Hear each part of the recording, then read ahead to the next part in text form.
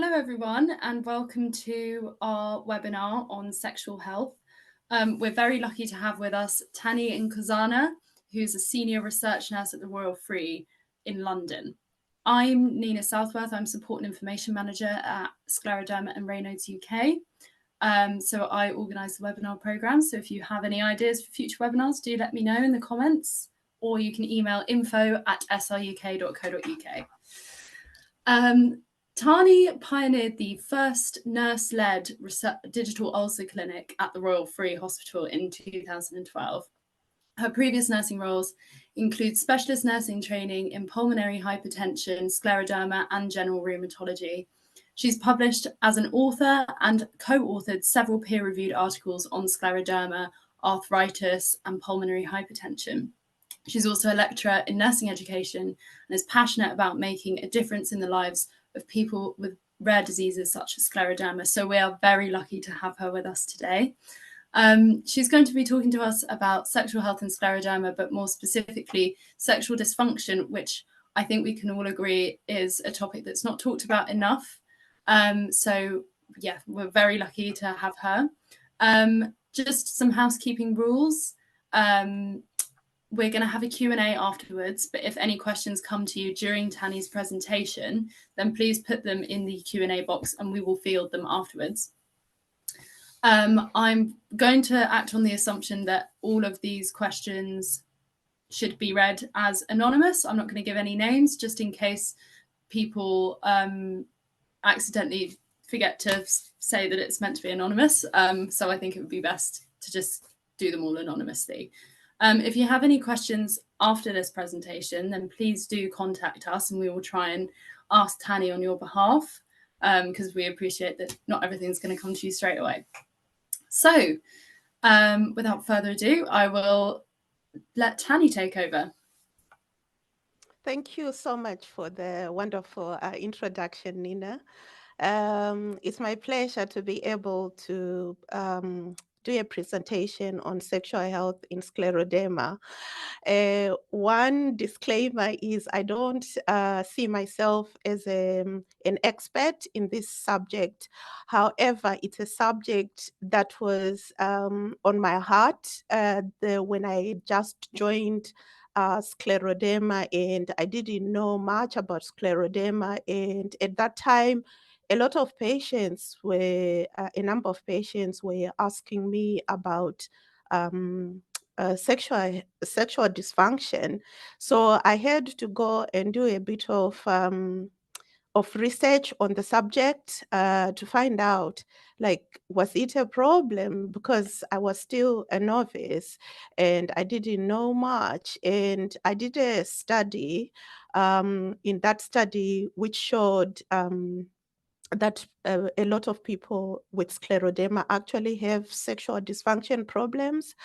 So I will talk a bit about that study, including some of the information that I have gathered. I will begin by telling you a little story. So there was a man who suffered from a difficult condition, and that man used to call the advice line, and every week, like for a long time, even up to 3 months. So he would call with lots and lots of problems. However, at the end of that 3 months, that man revealed that his wife was about to leave him. And when he was asked what was the problem, it transpires the problem was sexual dysfunction. So why did it take him so long, to keep on asking on the advice line about other things when the real thing was sexual dysfunction? It's because sexual health and sexual dysfunction is not a subject that we freely talk about and that we are comfortable to talk about. And but it's an important topic. It's an important subject for the people that are affected by this condition. so much that, they would go round and round until they have the guts to actually say what the problem is. But it should not be like that. It's just like any other condition that if somebody is not feeling well, then they need to say, "Yeah, I'm not feeling well." But because we make it a taboo kind of thing, it's a difficult subject to talk about. So anyway, for that man, once it was realized what the problem was, he was referred to people that would be able to help him. And from that time, he never phoned the advice line. So in a way, there is help out there that can help people with sexual dysfunction. Therefore, I'm just trying to send a message to say, if you've got a sexual health problem, please do not suffer in silence. It's common in rare conditions. It's common in the general population. Therefore, seek help. So today we are going to talk about, sorry, my slide seems to have stuck. Technology. Oof. Okay. So today we are going to talk about what is sexual health, the importance of sexual health. I've given you already a snapshot with the case study that I talked about. What is sexual dysfunction? Prevalence of sexual dysfunction in scleroderma. How are people affected by sexual dysfunction? We've already talked a bit already in that case study. Causes of sexual dysfunction, treatments, tips to improve sexual well-being, and we'll just talk a bit on the summary. What is sexual dysfunction? There are a lot of definitions for sexual health. The World Health Organization in 2002 gave a definition that I've just taken just a bit of it, but it's quite a long definition. It says sexual health is a state of physical, emotional, mental, and social well-being related to sexuality. Another writer, Robinson, said sexual health is an approach to sexuality that is grounded in truth, personal understanding, and self-love, where one's actions, beliefs, and feelings are aligned and part of one's overall character and self-presentation. Another definition is it's a state of well-being in relation to sexuality across the lifespan that involves physical, emotional, mental, social, and spiritual dimensions. It is an intrinsic element of human health. So it is part of human health. From all these definitions, we can see that they highlight the attributes of sexual health at both the individual level, for example, individual understanding of benefits, risks, and responsibility, and prevention and care of health outcomes. And then at a social level, for example, it highlights the impact by social, economic, and cultural contexts, and also health outcomes for families and communities, as well as individuals. Why is sexual health important? It is important to the physical and emotional health and well-being of individuals, couples, and families, and to the social and economic development of communities and countries. It encloses the rights of all people to have the knowledge and opportunity to seek a safe and threat-free sexual life. It also includes sexual and gender identity, sexual expression, relationships, and pleasure. It also includes negative effects or conditions, for example, sexual transmitted infections, HIV, unintended pregnancies and abortions, sexual violence, harmful practices, and sexual dysfunction. So all the subjects come under sexual health. And today we are going to focus on sexual health in sexual dysfunction and sexual dysfunction in scleroderma. So what is sexual dysfunction in general?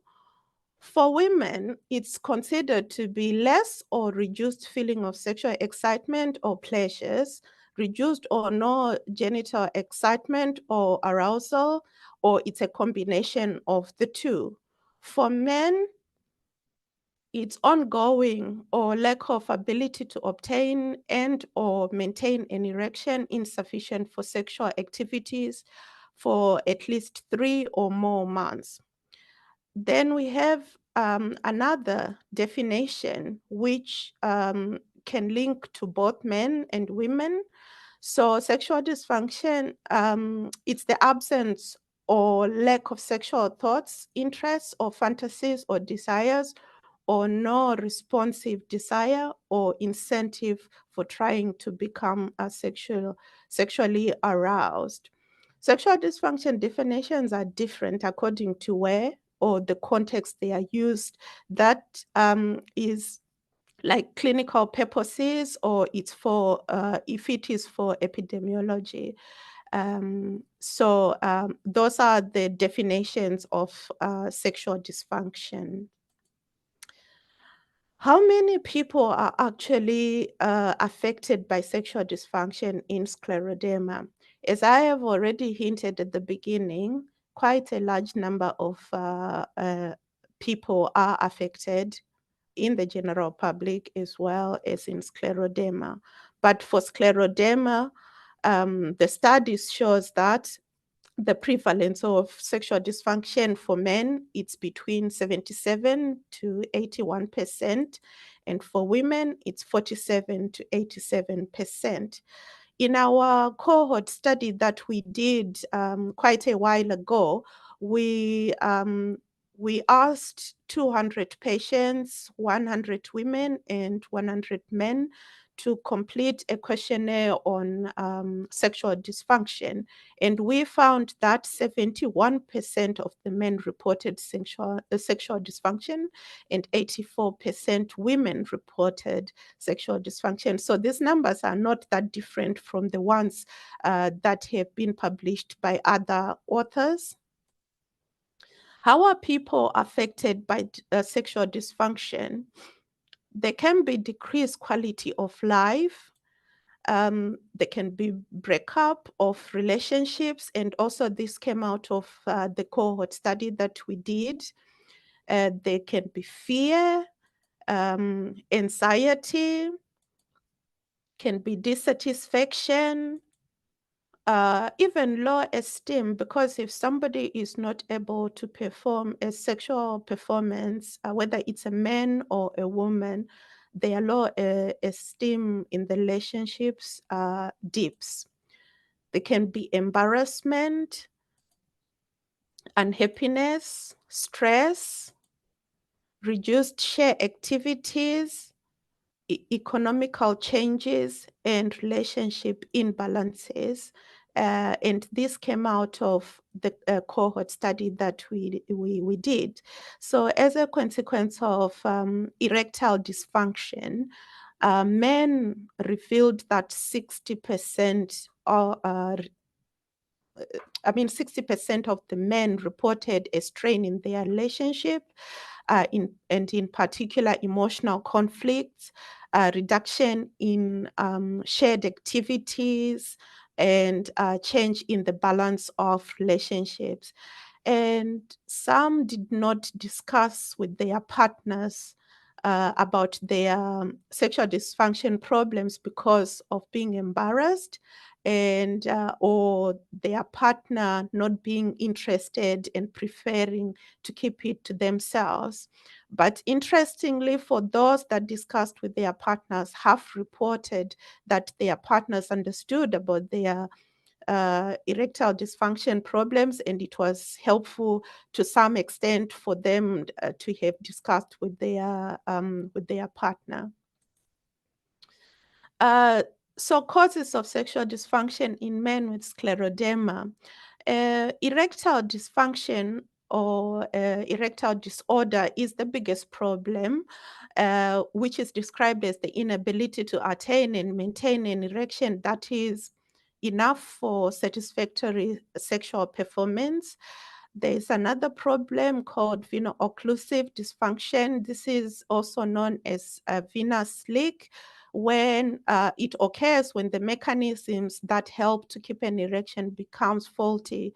This might be due to collagen accumulation or decrease in smooth muscle content. Another problem is corporeal fibrosis, which is the fibrosis of the penis. So there is a lot of scar tissue that grows around the penis so much that it affects the individual to maintain erection enough for sexual performance. Other underlying conditions can affect sexual dysfunction. It can cause sexual dysfunction in men, such as high blood pressure, so hypertension. It could be COPD. It could be kidney diseases. It could be some surgeries that happen, or even some particular cancers can also contribute.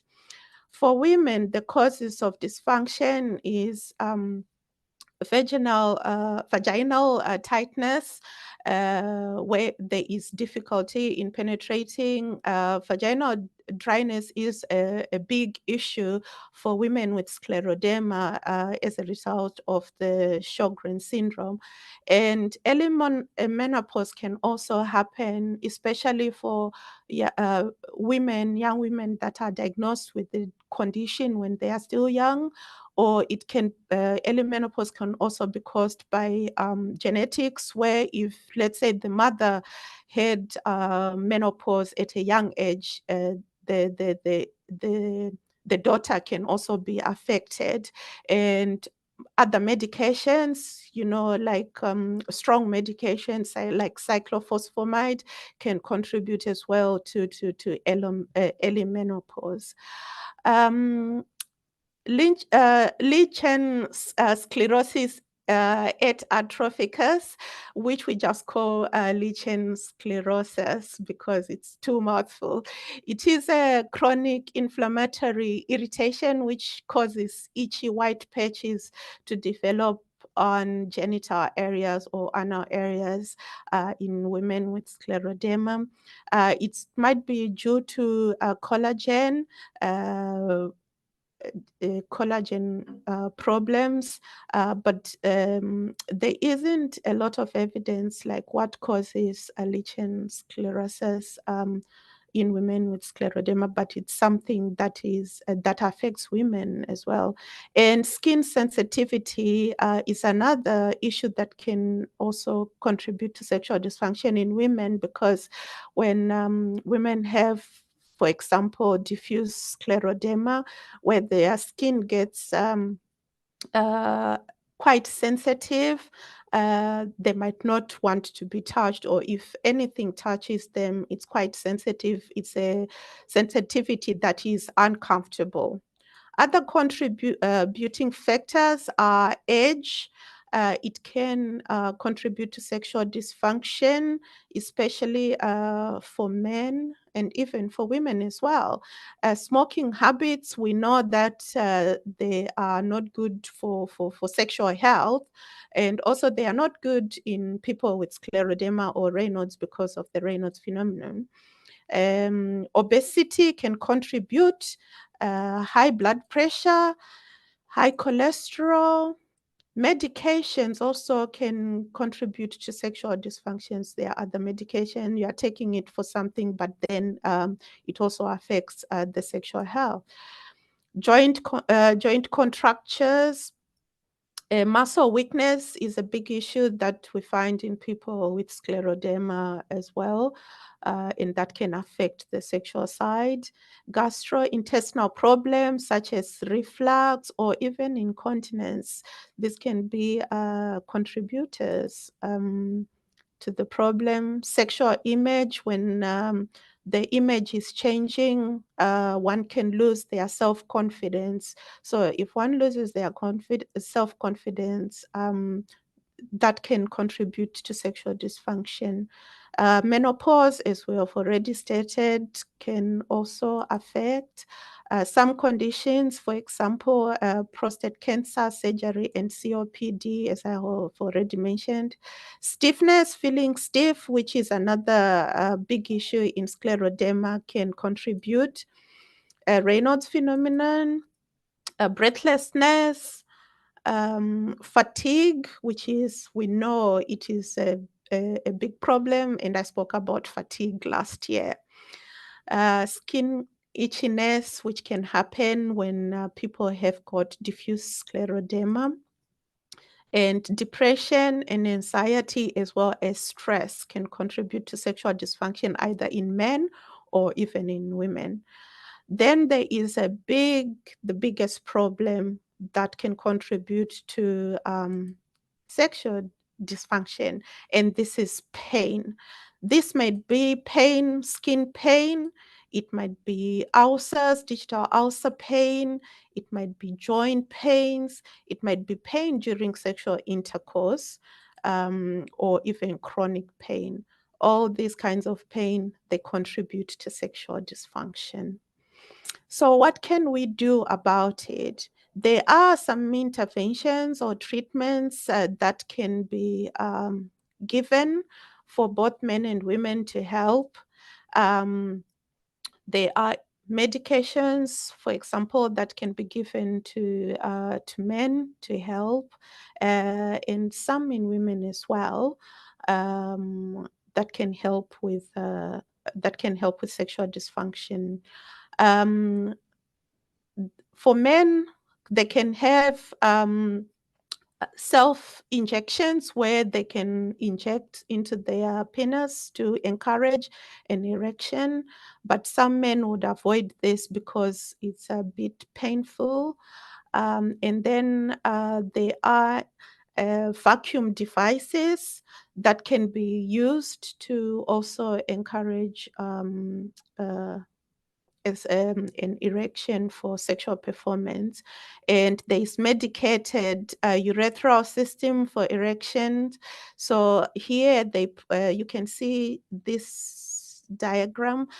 They put a medication in the palate, which is then administered into the penis. It will take a bit of time to start working, but then an erection will be able to happen. So that means sex is not a spontaneous thing. It's something that we have to be planned. There's also penile prosthesis or implants that can also be prescribed, but one would have to go to specialist doctors for this to happen. Other things that can help is just lifestyle changes in general.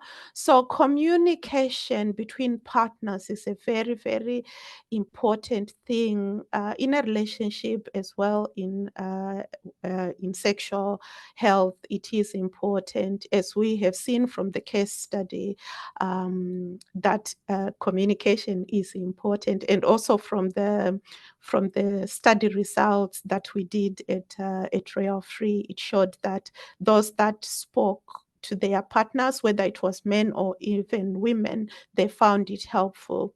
Less alcohol intake is another intervention, or it's another therapy that can help as well to reduce sexual dysfunction and stopping smoking or reducing smoking.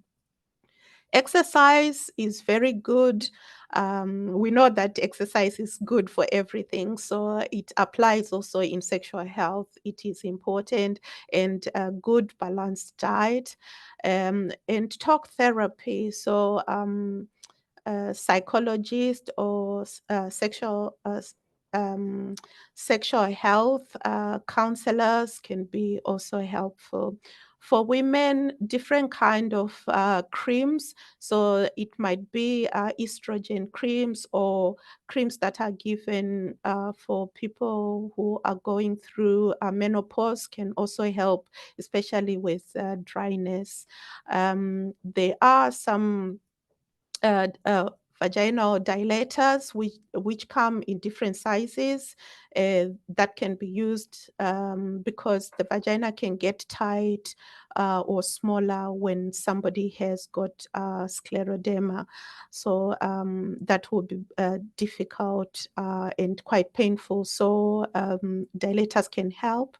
And just the general well-being of an individual will help their sexual dysfunction. In our cohort study, we went on to ask patients if their interactions with healthcare professionals to find out if healthcare professionals talked about sexual health. And lo and behold, we found that you can see on the left side, have you ever been asked by a health professional about sexual dysfunction? And 62% of the people said they had never been. However, when we asked them if they would, uh, if they were asked about their sexual health, would they be happy to talk about it? A majority of the people said they would be happy to talk about their sexual health. And would you discuss with anyone if you had any sexual problems related to your sexual dysfunction? And you can see here 76, which highlights the need to address the issue of sexual dysfunction, whether in men or women, in scleroderma. However, we know that in reality, that's not usually done. Therefore, I'm trying to turn the tables here to say you should, if you've got a problem of sexual dysfunction, please seek help. We asked the uh, the participants whom, if you had a sexual dysfunction problem, whom did you raise your concern with? And 51% said, sorry, no, 37% had consulted their GP, and 27% had consulted their rheumatologist. And 18 out of the 51 patients that answered were were at least on some treatment for the sexual dysfunction. And we also asked them if they had raised the problem with the healthcare professionals, and 51% had said yes, they had raised the problem, and 37% said they hadn't. So treating sexual dysfunction, it's a multidisciplinary problem. Therefore, it would a lot of people in the multidisciplinary would be able to help. Some will be able to refer to specialists because it might not be the specialty. So there are rheumatologists, there's specialist nurses, uh, then people can be referred to urologists or gynecologists, or their sexual health clinics, and also their therapists, psychologists, GPs, and even talking to your partner can be helpful. Now I'm going to talk a bit about some tips to improve sexual health. So what I would say is seek help and advice, as we have already seen that sexual dysfunction is not a subject well talked about or investigated.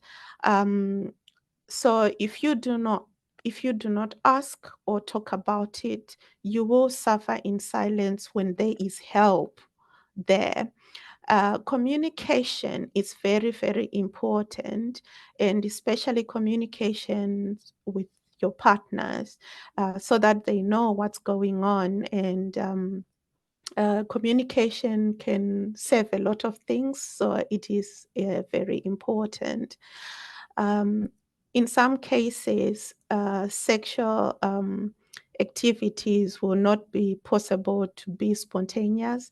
Therefore, in those cases, you have to schedule or plan ahead. So, for example, when you know you've got you suffer from a lot of Raynaud's, you can pre-plan to make the room a bit warm, so that during the activity you do not have Raynaud's attacks, basically. One would need to be creative. For example, change times when sexual activities happen, or if you suffer from reflux, you take maybe anti-reflux medications 30 minutes before. And also, like, if you suffer from breathlessness, maybe choose times when you are less breathless and create a comfortable environment. Another tip is to educate yourself. So, educate yourself about yourself, know yourself, and also look for information that might be able to help for the problem that you have. SRUK has got really good information sheets on sexual health, so that can be helpful. Um, think or do something that relaxes you, so that you are not tense, because if you are tense, then the activity or the performance becomes really stressful for you, and also pain. So it's important to be relaxed. Um, Use of lubrication is encouraged to make it easier, and also to some medications can be helpful. And this last one is do not give up, because there is help, there is treatments, there's things that you can do to enhance your sexual health, um, and also to maintain your relationship. Uh, there is, as I was saying, assistance. There is Relate, which is to do with relationship counseling. So they do counseling for sexual dysfunction as well, and for general sexual health. And I found Therapy Yard as well. They do the same as Relate, but there is some fees that one has to pay to get their service or to get the therapy. As I said, SRUK has got some information sheets, and then there are other places as well that you can seek help. And there are some individual psychosocial therapists that one you can go on this website, the Institute for Psychosocial Medicine, and you can look for specialists maybe in your area, and that can be helpful. And Psychology Today as well. So in summary, sexual health is a subject not well talked about. We've seen during the talk, and for real, it is not talked about. However, it is also we know that it is a big burden for the affected people, but there is help, and it reduces quality of life for the person with the sexual dysfunction problem. The prevalence of it is very high in scleroderma. So when you are suffering from it, don't think you are the only one, because there are others that are out there also suffering with the same thing. There are interventions to help in sexual well-being. So I keep on hammering that. Seek help. Do not suffer in silence. Shout about it to the healthcare professionals, and something will be done. They might not be able to do it themselves, but they might be able to refer you to somebody who is able to help you with the problem. And I've got some references here that you can go and look, and that I've also used in this talk. So this is the end of my talk, and thank you so much for being here and for listening to me. Thank you. Thank you, Tani. That was really, really interesting. I hope everyone else found it interesting as well. Just like to encourage everyone, if they have any questions, to send them in on the Q&A. But just while we wait, I have a question. Yes. So if there was someone who was worried about, wanted to bring up maybe sexual dysfunction with their rheumatologist or their doctor, yes, but they're really worried about it, do you have any tips on how they might start that conversation or how they might go about it? So usually when a rheumatology consultation is happening, or even a scleroderma consultation is happening, the doctors have got their own things that they are aiming to find from the patient. So they will find out if the patient, if they've got maybe their skin tightness has increased, they are suffering from Raynaud's, they are suffering from reflux, and probably maybe their blood pressure and stuff like that. So one can leave the doctor to ask them about all those issues. Once the doctor finishes, then you can, as an individual, say, actually, I have another problem, and the problem is I'm having problems in sexual dysfunction, and this is what is happening. And from then the doctor can take a bit of history of actually what is happening, and according to the history that they would have taken, they can either say, we'll refer you to a gynecologist or a urologist, or let's say if it is somebody who is suffering from Raynaud's, and they are not on Raynaud's medication, and they've got sexual dysfunction, like for a man, then they can be prescribed some medication for Raynaud's, actually help in sexual dysfunction. But then I wouldn't encourage somebody to just start taking, for example, Viagra on their own without having a healthcare input, because there are some conditions that makes that if you are taking Viagra, it makes the condition worse. So some heart problems can actually make that problem worse if you are taking Viagra. Therefore, it will be advisable to take it under a healthcare supervision. Yeah, definitely. Any Yeah. new medication, important to talk to your rheumatologist first, isn't it? Yes. So would you recommend that someone talks to their rheumatologist rather than their GP about sexual dysfunction first, or? You can talk to either, actually, because GPs are in closer proximity to the patients than rheumatologists, because a rheumatologist, they might see them once in 6 months or once in 9 months or once in a year, but they have that opportunity of speaking to their GP nearly every day. So you just have to build your guts, because this is affecting your quality of life.